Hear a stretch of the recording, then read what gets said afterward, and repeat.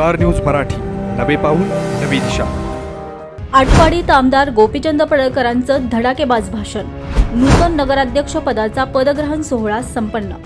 तुम्ही आपल्या कार्यक्रमासाठी हॉल शोधताय तर मग आपल्या सेवेसाठी खानापूरमध्ये सज्ज आहे कौतिका पॅलेस बँक्वेट हॉल खानापूर. लग्न समारंभ, साखरपुडा, बारशे, वाढदिवस, डोहाळे जेवण, मीटिंग, सेमिनार, भव्य हॉल, लॉन, गार्डन, निसर्गरम्य परिसर, भव्य पार्किंग आणि एकदम प्रशस्त ठिकाण. आमचा पत्ता बलवडी रोड खानापूर. संपर्क ऋषिकेश गायकवाड 9730301300. तुम्हाला सोने खरेदी करायचं आहे तर मग चला विट्याच्या ओम ज्वेलर्स मध्ये.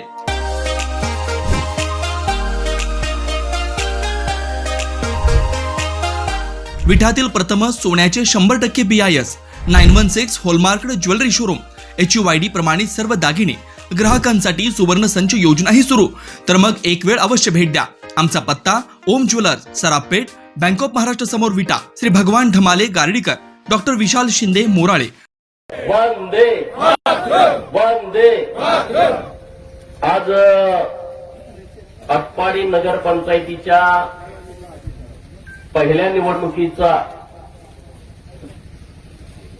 निवडणुकीनंतर नगराध्यक्ष आणि जे नगरसेवक निवडून आलेले आहेत त्या सर्वांचा पदग्रहण सोहळा आज अत्यंत दिमाखामध्ये पार पडतोय. लोकशाहीमध्ये निवडणुका आणि निवडणुका म्हटलं की मतदान हे अत्यंत पवित्र कार्य लोकशाहीमध्ये मानलं जातं. आणि अशा मतदानातून निवडून आलेल्या, कारण जेव्हा संविधान तयार केलं जात होतं तेव्हा या देशातल्या काही प्रस्थापित लोकांचं म्हणणं असं होतं की मतदानाचा अधिकार फक्त तुम्ही भांडवलदारांना द्या, मतदानाचा अधिकार तुम्ही मोठ्या लोकांना द्या, या देशातल्या सरसकट लोकांना मतदानाचा अधिकार देऊ नका. परंतु महामानव डॉक्टर बाबासाहेब आंबेडकर साहेबांनी हे मुठभर लोकांचं म्हणणं नाकारलं आणि त्यांनी या देशातल्या झोपडीत राहणाऱ्या आणि या देशातल्या सर्वात श्रीमंत महलात राहणाऱ्या सुद्धा व्यक्तीला एकाच मतदानाचा अधिकार दिला. असं हे पवित्र मतदानाचं दान आटपाडी शहरातील मायबाप जनतेने 17 नगरसेवक आणि नगराध्यक्ष अशा 18 जणांच्या पदरामध्ये घातलं आणि त्या सर्वांना या नगरपंचायतमध्ये बसण्याचा, या आटपाडी शहराच्या विकासाचा निर्णय घेण्याचा पवित्र मान दिला. आणि म्हणून त्या सर्वांचा आज सत्कार या आटपाडीच्या ऐतिहासिक भूमीमध्ये ठेवलेला आहे.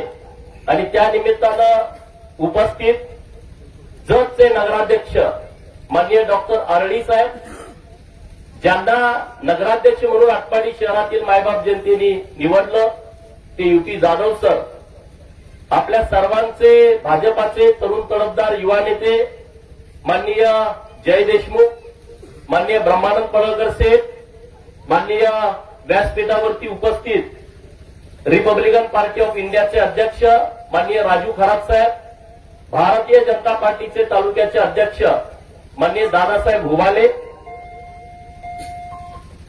व्यासपीठावरती दोन महत्वाची माणसं उपस्थित आहेत की ज्यांच्याकडे सगळ्यांचं लक्ष आहे. मागच्या 15 दिवसांमध्ये ज्यांना म्हणत होते की त्याचं काय अस्तित्व आहे आणि आता त्याला म्हणतायत तुझ्या पाया पडतो, आमचं अस्तित्व काहीतरी वाचव. म्हणजे निसर्गामध्ये प्रचंड ताकद असते. असं स्वतःचं अस्तित्व ज्यांनी सिद्ध केलं ते माननीय अनिल शेठ पाटील. दुसरे पाटील व्यासपीठावरती उपस्थित आहेत माननीय मनोज दादा पाटील, माननीय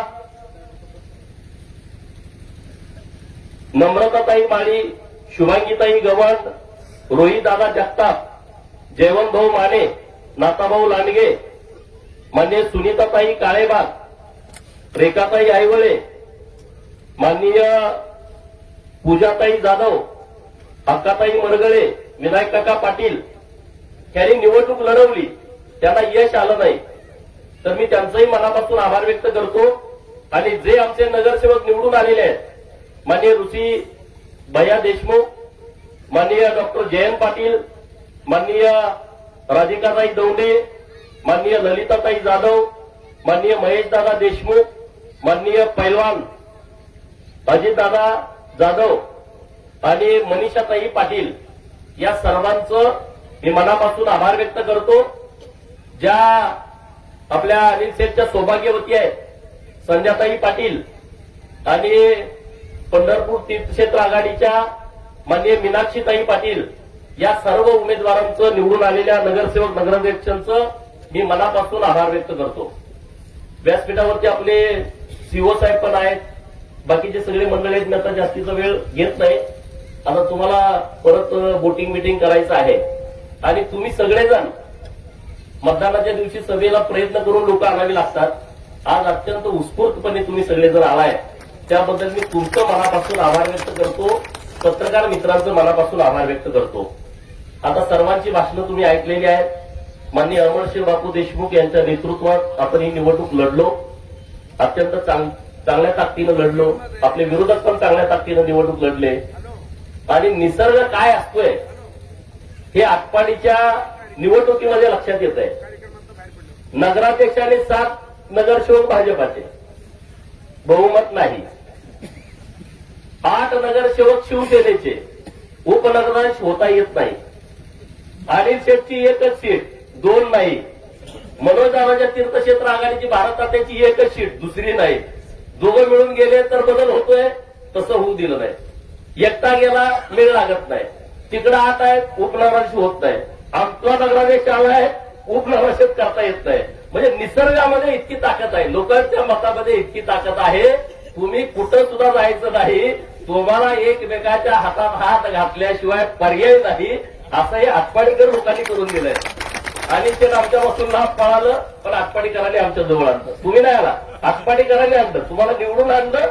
आम्हाला एक माणूस कमी आहे, हे बाबा अनिल शेठ तुम्हाला पाहिजे. मनोजदादा तर आमचे एवढे संबंध आहेत, तर त्यांना भारत तात्यांचे वगैरे आमचे चांगले संबंध आहेत.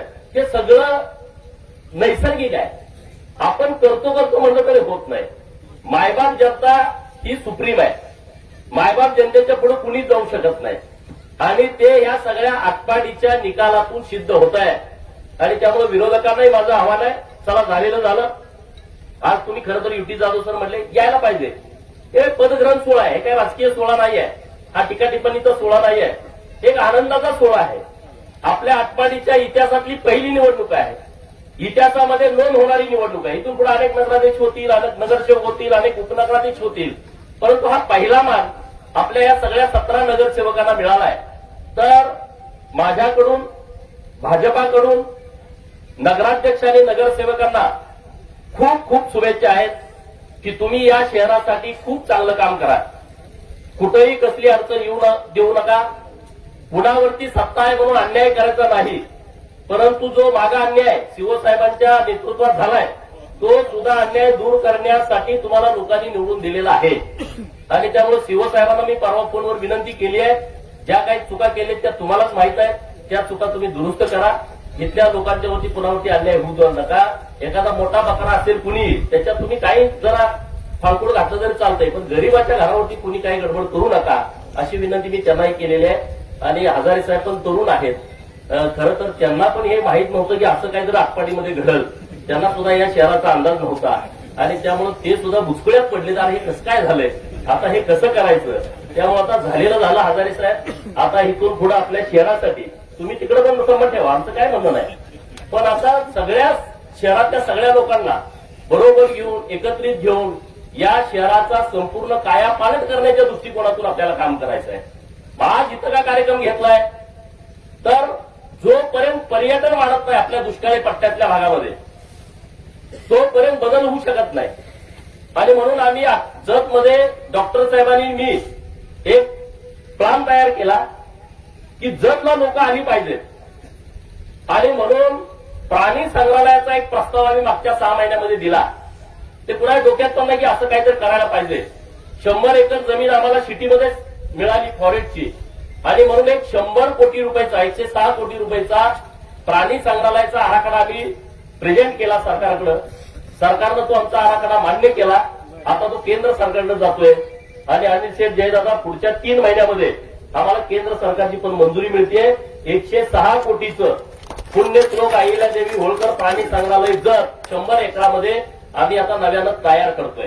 मला म्हटलं जतला प्राणी संग्रहालय दिलंय तर आटपाडीला काहीतरी केलं पाहिजे. आता तळ्यात राहून चालत नाही. जतकरांनी मला विधानसभेत पाठवलंय आणि आटपाडीकरांनी विधानसभेत जाण्यासाठीच पूर्व मशागत सगळी तयार केलेली आहे. आणि त्यामुळं आम्ही असं ठरवलं की आपल्या विरोधी मित्रांनी पण काहीतरी 2-3 कोटी रुपये इथं धरलेत असं आम्हाला पत्रकार मित्रांनी सांगितलं. तर त्यांचंही आम्हाला याबाबत स्वागत आहे. त्याबद्दल आमचं कुठलंच दुमत नाही. परंतु इथं आम्ही एक चांगला आराखडा तयार करतोय आणि त्याची सुरुवात तुमच्या सगळ्यांचं पदग्रहण इथं व्हावं, तुमचा इथं सत्काराचा कार्यक्रम व्हावा आणि त्याची सुरुवात व्हावी. आणि म्हणून एक चांगला तो 50-60 कोटीपासून पुढे 100 कोटीपर्यंतचा आराखडा असा एक आम्ही या परिसराच्या डेव्हलपमेंटसाठी तयार करतोय. आणि तो नुसता तयार करणार नाही तर पुढच्या 4-5 महिन्याच्या आतमध्ये तो आराखडा तयार करून तो सादर करून तो मंत्रालयापर्यंत घेऊन त्याची मंजुरी घेण्यासाठी आमचे नगराध्यक्ष आणि आमची सगळी टीम काम करेल. आणि त्याचं बॅकबोन म्हणून मी आणि अमरशिव बापू देशमुख आम्ही तुमच्या पाठीशी ठामपणे उभं राहू. हा आमचा या कार्यक्रमाचा पहिला हेतू आहे. आज इकडे तुम्ही येत नाही. तुम्ही बघितलं मागं जे आपला एक कोण पाहुणा आला तो सुद्धा इथं पाण्यात कुठंतरी दुरुस्त काहीतरी करायला गेला त्याचा घात झाला.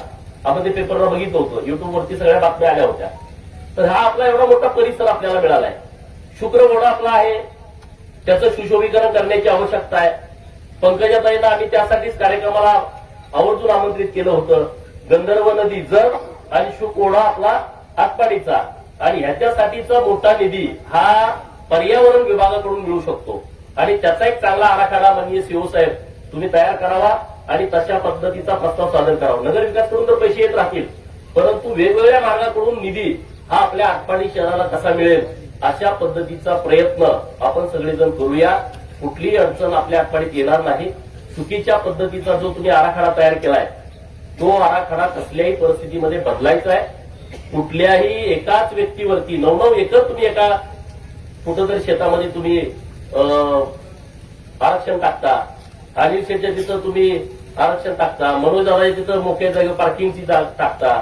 जय दादाच्या तिथं 2.5-3 एकरात रस्ते घालता. आता तुम्ही तर जरा मजबूत लोक आहात तर सामान्य लोकांनी काय करायचं.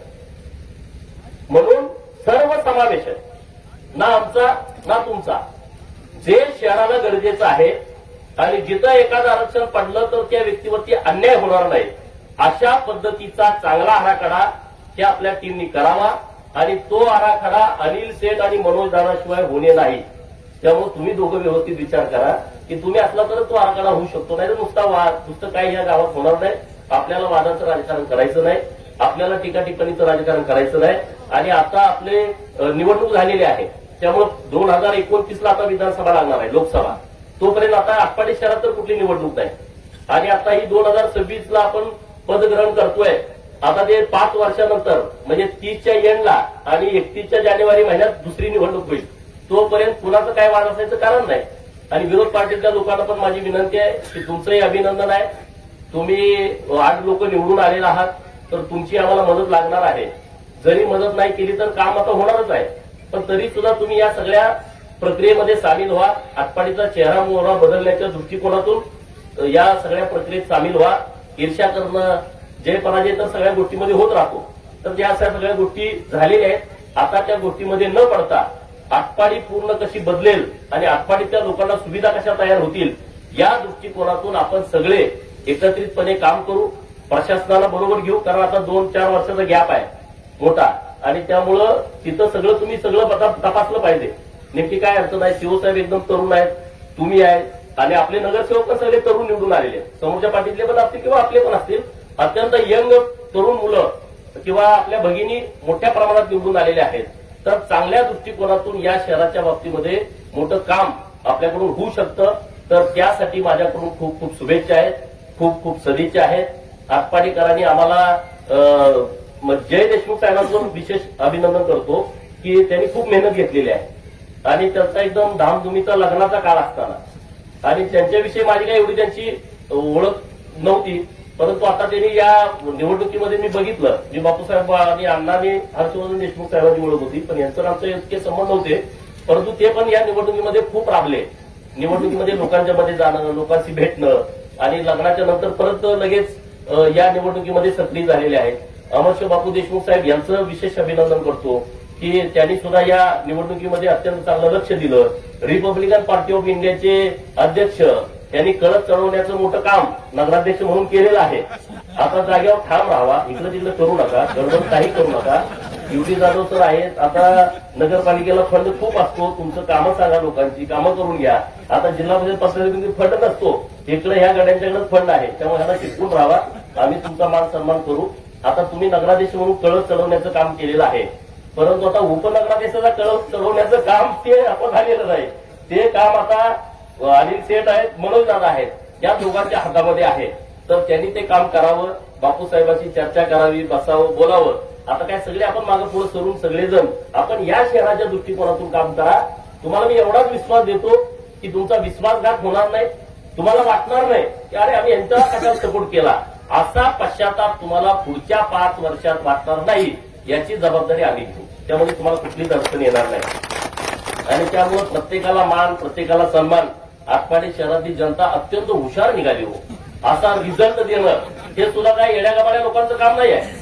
त्याला निवडून देते, सलग 5 पडले, सलग 5 पडल्यानंतर करणार काय? आमचं घरीच निघाले होते सगळे.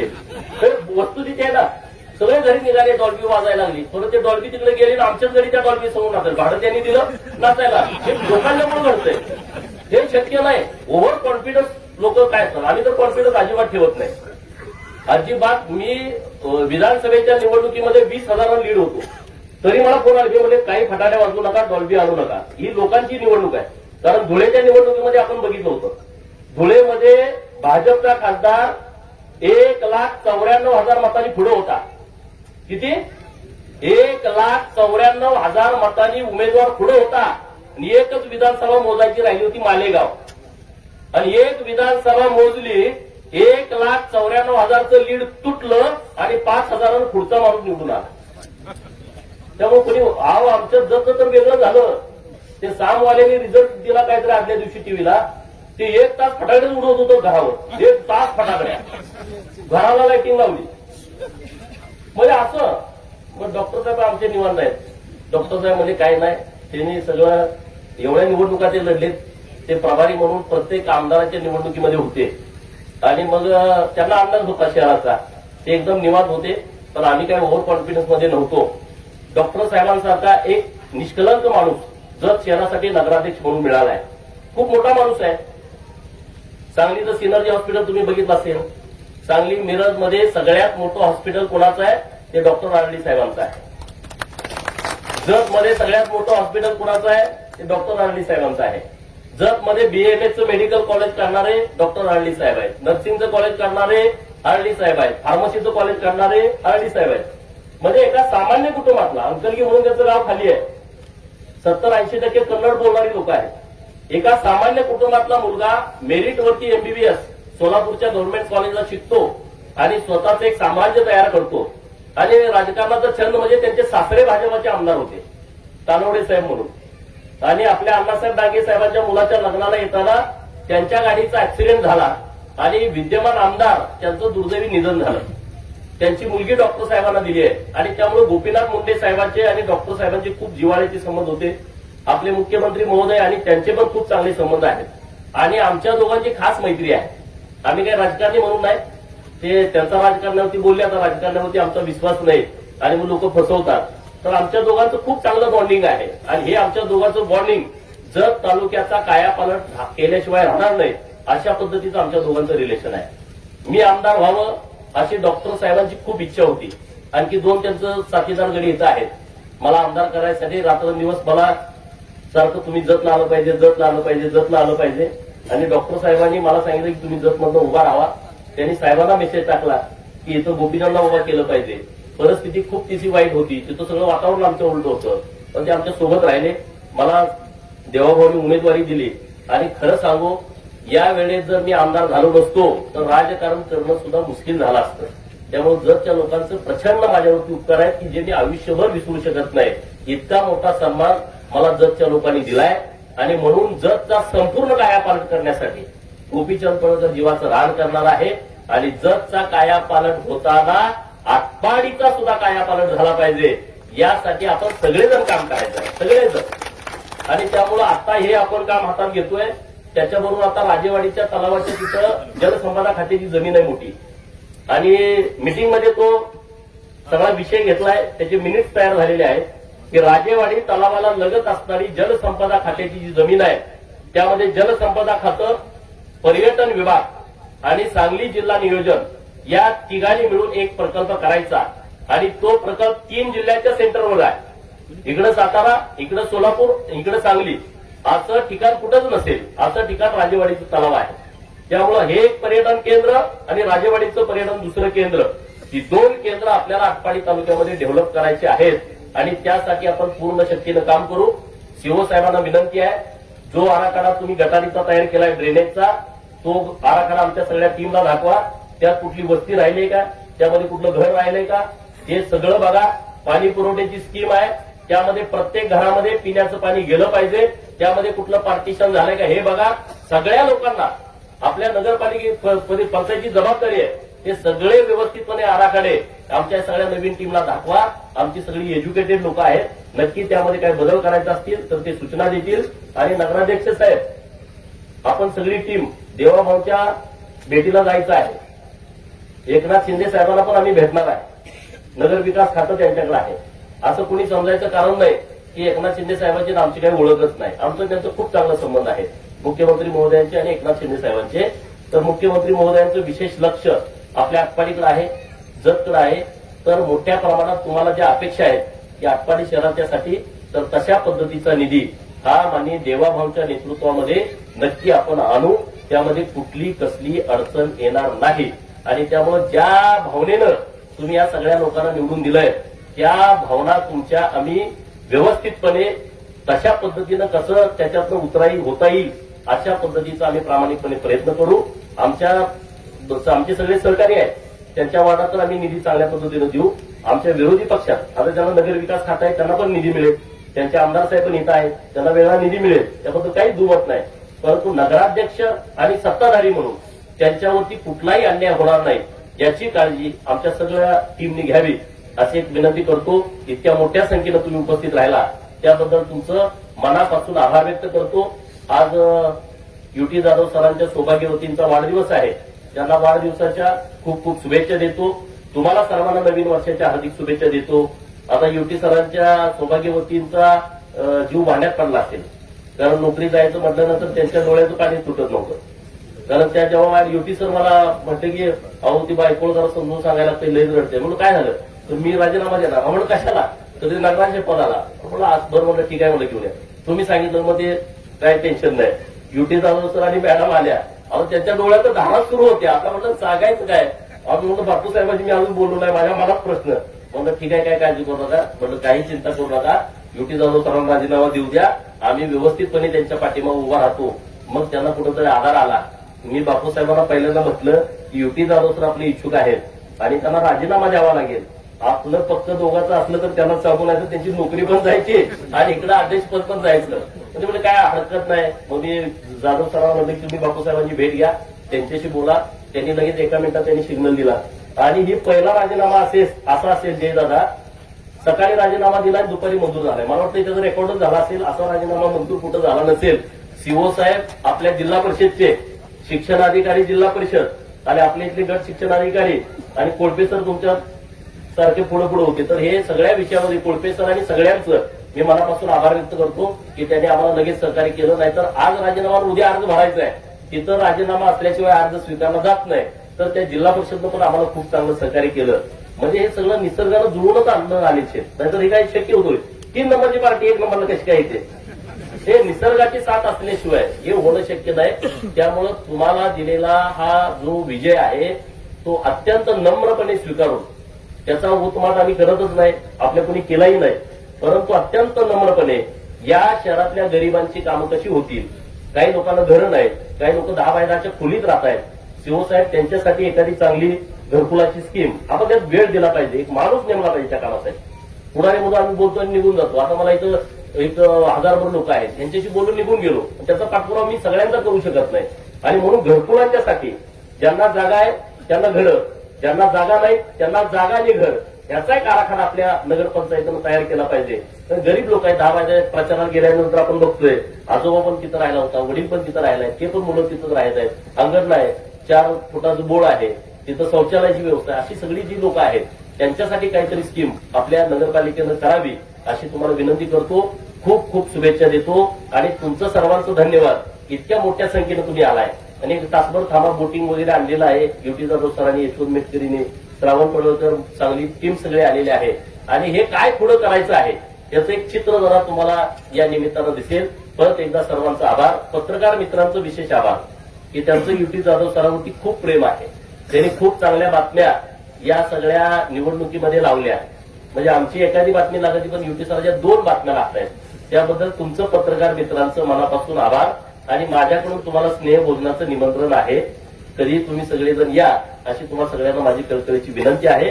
पत्रकारांचं खूप चांगला पाठिंबा मिळाल्यामुळं आमचं एक चांगलं वातावरण शहरात होऊ शकलं. युट्यूब चॅनलवाले असतील किंवा आपले प्रिंट मीडियाचे पत्रकार मित्र असतील, आवर्जून सांगलीहून आलेले सगळे पत्रकार मित्र आहेत, त्यांनी खूप चांगल्या पद्धतीनं आम्हाला लोकांच्या समोर प्रेझेंट केलं आणि आमचे उमेदवार एक शिक्षक आणि एक डॉक्टर, वेल एज्युकेटेड उमेदवार. मला वाटतंय एबीपी माझाने बातमी पण लावली होती, जतमध्ये डॉक्टर, आटपाडीमध्ये शिक्षक, हे दोघं पण निवडून आले आणि लोकांच्या पुढे एक चांगला विषय पुढे आला. माननीय मुख्यमंत्री महोदयांना मी परवा धन्यवाद द्यायला गेलो होतो की राज्यामध्ये 129 नगराध्यक्ष माननीय देवाभाऊंच्या नेतृत्वामध्ये निवडून आलेले आहेत आणि म्हणून त्यांना शुभेच्छा द्यायला गेलो. म्हणजे पहिलं आटपाडी आणि जतच्यासाठी अभिनंदन. मी म्हणत त्यासाठी आलो नाही, म्हणलं ते आम्ही सगळेच येणार आहे तुम्हाला भेटायला, पण राज्यामध्ये एवढं गौरवी विषय माननीय देवाभाऊंच्या नेतृत्वात आलंय तर त्याबद्दल मी त्यांचाही मनापासून आभार व्यक्त करतो. आपण पण जोरदार टाळ्या वाजवून माननीय देवाभाऊंचं मनापासून आभार व्यक्त करावं एवढी तुम्हाला कळकळीची विनंती करतो आणि धन्यवाद. जय हिंद, जय महाराष्ट्र. धन्यवाद आमदार सर.